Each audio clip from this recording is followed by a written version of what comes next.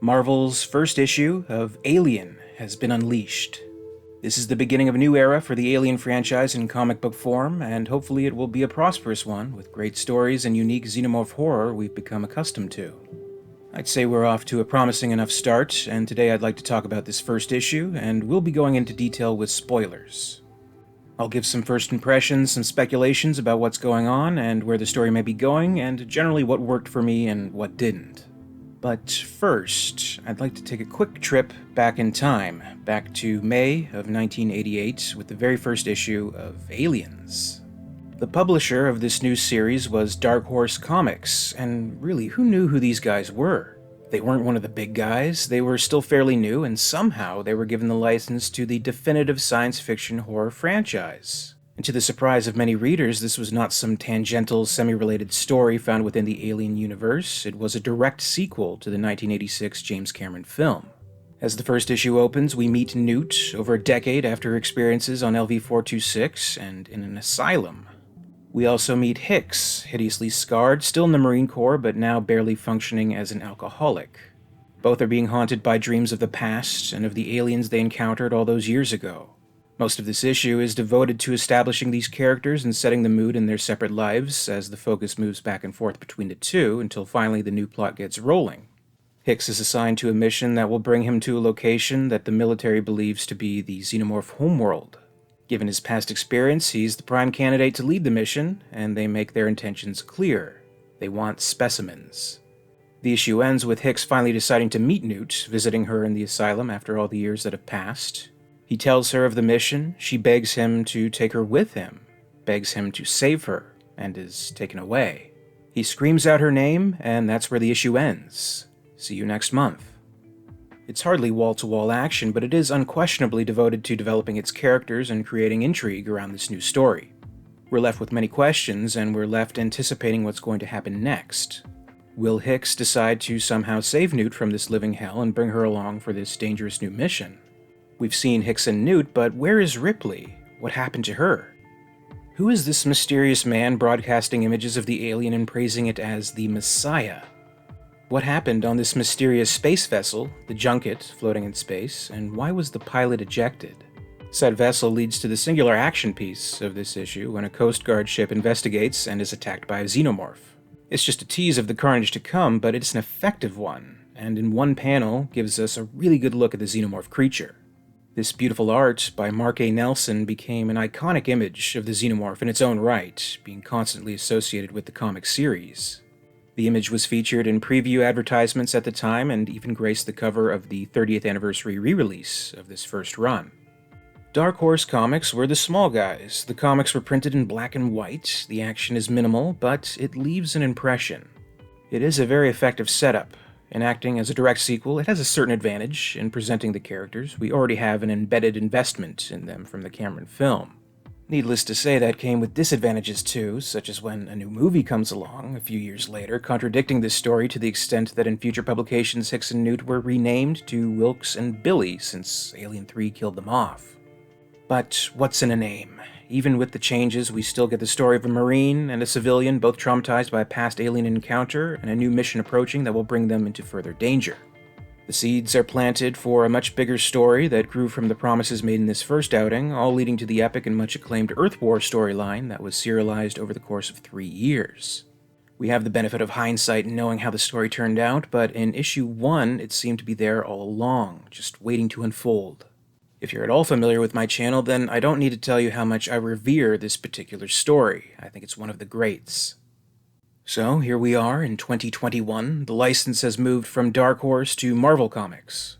There's no need to ask who these Marvel guys are. This is a huge, universally known publisher. They are the big guys, enough to put this debut on the map and hype it up, which is exactly what they've done in leading up to it. Variant covers featuring aliens found their way to all of Marvel's big titles. An impressive motion comic trailer was released, and the hype was very much real. In entering issue 1, we learn of how exactly this fits into the chronology of the film series. It's set just about 20 years after the events of James Cameron's Aliens in the year 2200. References are made to the alien discovery made by the crew of the Nostromo, as well as the Hadley's Hope incursion. This is working within a post-Alien and Aliens world with no specific acknowledgments to the events taking place on Fiorina 161 as depicted in Alien 3. Whether this is a way of soft scrubbing Alien 3 from continuity or simply not mentioning it remains to be seen. The latter would be fair enough. While the events of Alien 3 are significant to the Ellen Ripley story arc, they could really only be seen as a mere footnote in Weyland-Yutani's bigger picture. Weyland-Yutani certainly plays a big role in this comic, and its presence ominously looms over the characters we meet here. We are introduced to a new character in this story, Gabriel Cruz, a Marine also traumatized by a past encounter with the aliens on a mission gone terribly wrong, also haunted by bad dreams. This is a brand new character, and seen for the first time here. As the comic begins, he recalls his experiences. The dream always begins in the dark. You think you know what that means, but you don't. You can't. The dark I see is a truer shade than just the absence of light. You can't find it just by clapping your hands over your eyes. Dark like this gets into you, penetrates you, tightens around your skull, presses into your eye sockets until something pops, and even the memory of light, even the belief in light, drains away. This is revealed to be a conversation between Cruz and a returning character, at least in some form, Bishop.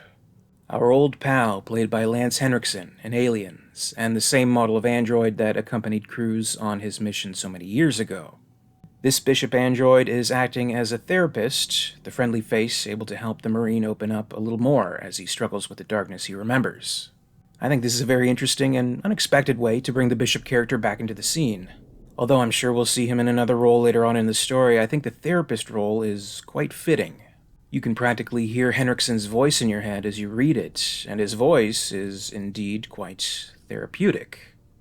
This conversation takes place on the Epsilon Orbital Research and Development Station, owned by Weyland-Yutani, but our lead character is set to leave soon. He's retiring from the role of Installation Security Chief and heading back to Earth. There he hopes to spend a little more time with his son. We're shown his retirement party, and we get a sense of who he is. By all accounts, Cruz is a golden boy. He's described as a role model to an entire generation of Weyland-Yutani defense agents.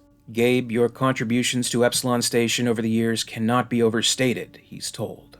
Hell, without you, there'd be no Epsilon Station. In these moments, we also get a sense of Weyland-Yutani's role in the story and how it's seen by the world. To be sure, there's a public relations tug-of-war going on. There are conspiracy theorists, detractors, and naysayers questioning Weyland-Yutani's image, and their preferred image, the one they want to project, of course, is that they are the good guys. Whether you're a seasoned fan of the extended universe or have even just seen the first movie, you know this is not the case. Weyland-Yutani is indeed a nefarious company, and we get a few more hints along the way as to what their actions may have been in direct relation to Cruz and his family. He does get back into contact with his son, Danny, on Earth. Danny initially waits outside of Gabriel's house in a car with his girlfriend. They have a conversation that suggests she may be pulling him into something dangerous, something he's walking into with hesitation. But he mentions that Weyland-Yutani killed his family, and his father let them. There seems to be a very troubled past between this father and son that we've barely scratched the surface of just yet. As Danny and Gabriel reunite, there are further allusions to this past. There was another son, Lucas, who is now apparently dead and gone. Gabriel tries to explain to Danny what happened to him on his mission, but Danny shuts him out. He doesn't want to hear it.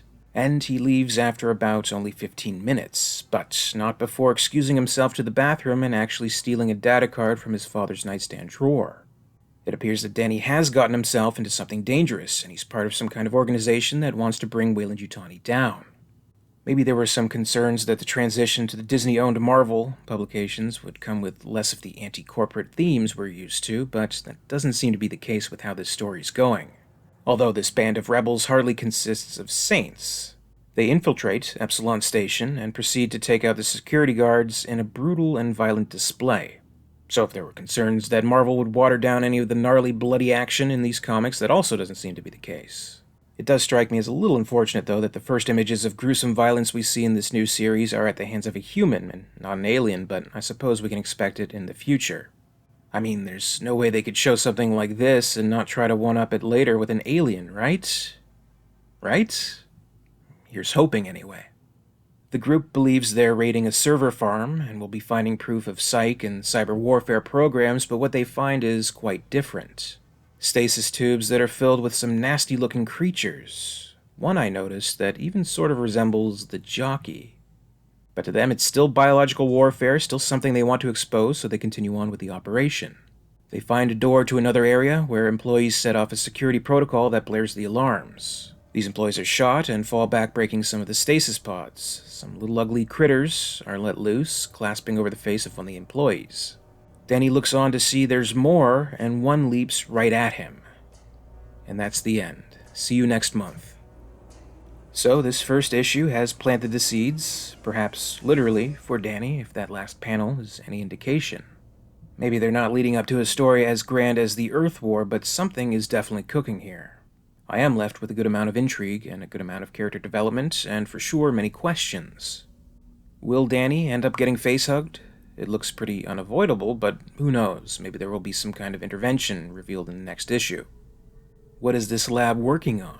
It doesn't look like your average gallery of xenomorphs. It looks like some kind of genetic experimentation. I'm sure I'm not the first to bring this up, but it is definitely reminiscent of the failed clones from Alien Resurrection. Maybe an intentional nod, maybe not. What happened in Gabriel's past exactly?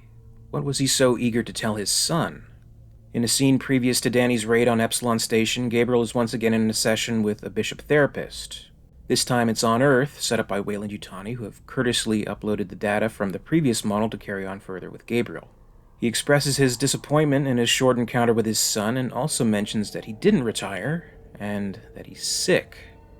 Will he somehow find out about his son's involvement with the raid on Epsilon Station, and return there to find out more, and possibly save him if it's not too late? Well, that seems to be somewhat clear enough. The next issue promises the return to Epsilon, so I guess that's a given. But I hope there's more to the story than what I'm anticipating. Already a reader may instinctively predict what's to come. Gabriel is going to break all the rules, he's going to find his way back, learn of Weyland-Yutani's evils, become disillusioned, and ultimately fight for the same cause his son was fighting for. Something like that. In what context that may be remains to be seen, either in the wake of Danny's death or maybe alongside him after some miraculous survival. That would hardly seem like a groundbreaking story, so I hope there will be some surprises and that it takes an unexpected direction. I do have some theories about what we may possibly see as the story progresses, so now may be as good of a time as any to throw them out and see what happens. I'm interested in this past mission, that's hooked me, and what exactly happened to Gabriel and his team. It's shown in a way that could partly be considered a dream and partly be considered a flashback, so what we do see of it may not be 100% reliable. But if we can take these recollections as the true reality of what went down, then Gabriel was captured and cocooned in an alien hive. This is a no-win situation. If you're stuck in a hive and you don't happen to have Ripley around to save you, then you're as good as dead. We even see an egg open right in front of him, so obviously this must have ended with Gabriel being face-hugged. It seems like a fair enough assumption to make. When you consider the wording of his opening recollection, while it sounds poetic enough as an abstract description of darkness, it also sounds very much like the experience of being face-hugged. Dark like this gets into you, penetrates you, tightens around your skull. Sounds like first-hand experience to me. But the inevitable next question is, how is he around, alive and telling this story after all these years if that was the case? If you're attacked by a facehugger, usually the parasite does its work, and in less than 24 hours you're dead. So maybe he was retrieved by a rescue team in time to operate and remove it. Maybe that kind of technology was developed in the 20 years after Aliens. It's not completely implausible, but also not especially interesting either. Maybe it's something different than that. Maybe, just maybe, Gabriel Cruz has some rare, previously unheard of immunity to xenomorph embryo implantation. Maybe he was left with the DNA makeup of an alien inside him, even a partially formed, arrested embryo in his body without the messy final conclusion. With that being the case, it would be something of great interest to Weyland-Yutani. If they want to use samples from inside Gabriel to somehow clone and develop a xenomorph specimen, that could possibly be achieved. If they wish to develop some kind of vaccine that would make their soldiers and employees immune to an alien's violation, then that would be a very useful tool to have in the biological weapons game. And if the key to all of this is inside Gabriel, then the company would surely be very grateful for that. Consider the words shared at his retirement party. Without you, there'd be no Epsilon Station. Maybe that's very literal. Gabriel even says, "I've given a lot of myself to Epsilon Station, and I'm leaving a lot of myself behind as I go. Maybe that's very literal too. And maybe that lab full of specimens are a result of experimenting with Gabriel's DNA. To be sure, Weyland-Yutani wouldn't give him a full idea of their intentions, but enough to show their gratitude, give him a good position with good pay and a good retirement plan. So of course he'd go along, only knowing half-truths. This line of speculation could also hold an answer to what happened to his other son Lucas, who may have been recruited with the belief he inherited his father's immunity. Then I suppose it turned out not to be the case. Then something went wrong, and he died. They wouldn't tell Gabriel exactly what happened, only that he died in the process of whatever procedure he was undergoing. Either way, Danny sure blames Weyland-Yutani for his death, and Gabriel sure holds a lot of guilt about it. And maybe, at the end of the issue here, Danny is face-hugged, but he'll soon find out that while Lucas may not have inherited his father's immunity, he did and is able to survive. The story's writer, Philip Kennedy Johnson, has said in an interview that one of his proposed titles for this story was Alien Bloodlines. If these are story points that will be explored, then I think that title would relate to them fittingly. Am I onto something here? Am I way off? Somewhere in between? I guess I'll have to wait and see. But either way, I think there's some interesting stuff being set up here. There's enough of a mystery to speculate on, to keep a reader interested, and to want to learn more. To keep following the series as it continues, and I appreciate what they've set up here. It's different enough than what I was expecting, in a good way. It's not the same old story, but it keeps in familiar elements that an Alien fan would be anticipating to see. I wouldn't say this is a mind-blowing first issue or anything like that, but I went in expecting that and knowing that just one issue isn't going to completely redefine Alien. I know I'll best get an idea overall if I like the story once it's complete, and the first issue only has to have enough to have me decide if I want to see that through. And I do. I'm interested enough. How invested I am in these characters may change as the story goes on, but for now I don't think they're especially great characters. It's nice to get the fan service with Bishop back, but I don't know how much I like this Gabriel Cruz character, though maybe that's the point. We're dealing with moral gray areas with this story, so he doesn't necessarily have to be this stoic hero, but he has to be compelling. So far, there's nothing that has made him stand out to me, but that could change soon. As far as the negatives of this comic goes, I feel it's unavoidable to talk about the art.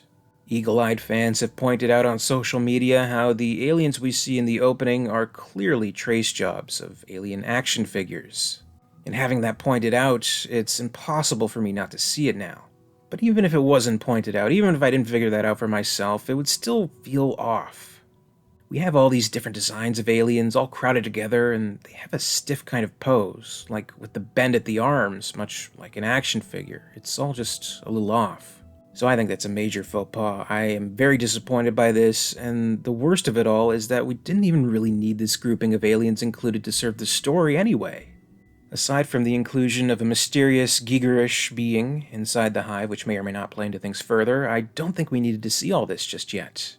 I would even want to give the artist the benefit of the doubt in assuming this must have been some kind of last-minute rush job. Maybe somebody at Marvel was overviewing this series and said something to the effect of, "Hey, we like the series, we like how the first issue unfolds, but we're missing something. We need that big Mark A. Nelson moment in our comic, so let's get something in the first 2 or 3 pages that's really going to stand out and grab people's attention. Let's add this giant horde of aliens, spread over 2 pages. It'll be great. This needs to be done before we finalize it, and it needs to be done by so-and-so date." And this was the result.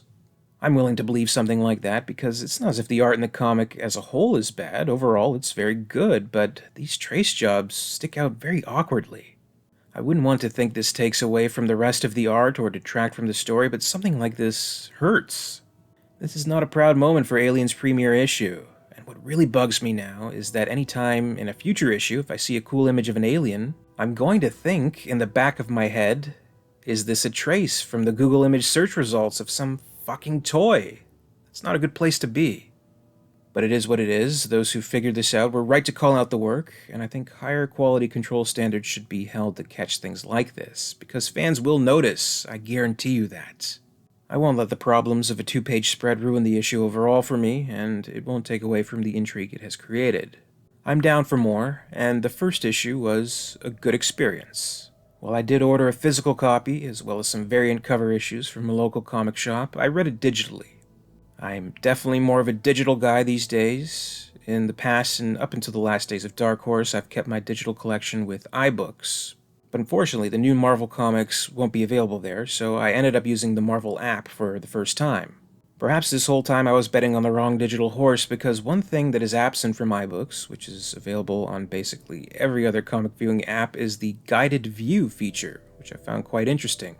This feature was complete news to me. It brings you from panel to panel in a way that highlights certain action at certain times, making it feel just a little more cinematic. Guided view has been around for years now on apps like Marvel, Comixology, Kindle, so I know it's not much of a revelation for digital comic readers, but it was for me. And Alien #1 was my first experience using guided view, and I'll always remember it for that now. So already this new era has opened new doors to new experiences for me as a reader, and I think that's nice. The bottom line of this all, the final verdict, the itching question, I suppose, is Alien Issue 1 from Marvel worth checking out? My answer is yes, of course. I definitely recommend it. If you've never read any of the previous Aliens comics and have maybe always been a little daunted by the back catalog and had no idea where to start or what stories were worth checking out, then here's your opportunity for a new start. This is a new story, new characters, you don't need any homework to jump right in, so here's your chance. If you're a seasoned reader, then I think you'll appreciate the different approach. They're not trying to replicate any of the Dark Horse stories. They're going for their own thing and their own style of story. That's worth a look. If you hate Disney and Marvel and think they ruin everything, and I already know the comments on this video are going to be filled with these people, then I can't really help you. I don't think anything I could possibly say about this comic would sway you. Your mind's surely already made up. If you happen to be on the fence, I'd say it's worth taking the leap of faith. I think you should check it out and decide for yourself. And if you have read this first issue, I'd love to hear what you think. If you have your own expectations or theories about what's to come, I definitely want to hear it, so please share your thoughts in the comments below. I don't know if I'll do an overview of every single issue that comes out, but I'll be following it, keeping up with the story, and seeing what revelations are in store. And I hope you'll be there with me as we discover together what we find in the dark. As always, I'd like to thank you very much for watching today. I really appreciate it, and if you enjoyed this video, please make sure to give it a like, and be sure to subscribe for all the latest videos from Alien Theory. My very special thanks goes out to Alice Ain, Queen Tier of the Patreon Hive. If you'd like to join the Hive and support the channel, check out my Patreon page for exclusive posts and contests. In the meantime, you can catch up with Alien Theory over social media. Follow @alien_theory on Twitter and @alientheoryyt on Facebook and Instagram for more. And until next time, this is Alien Theory, signing off.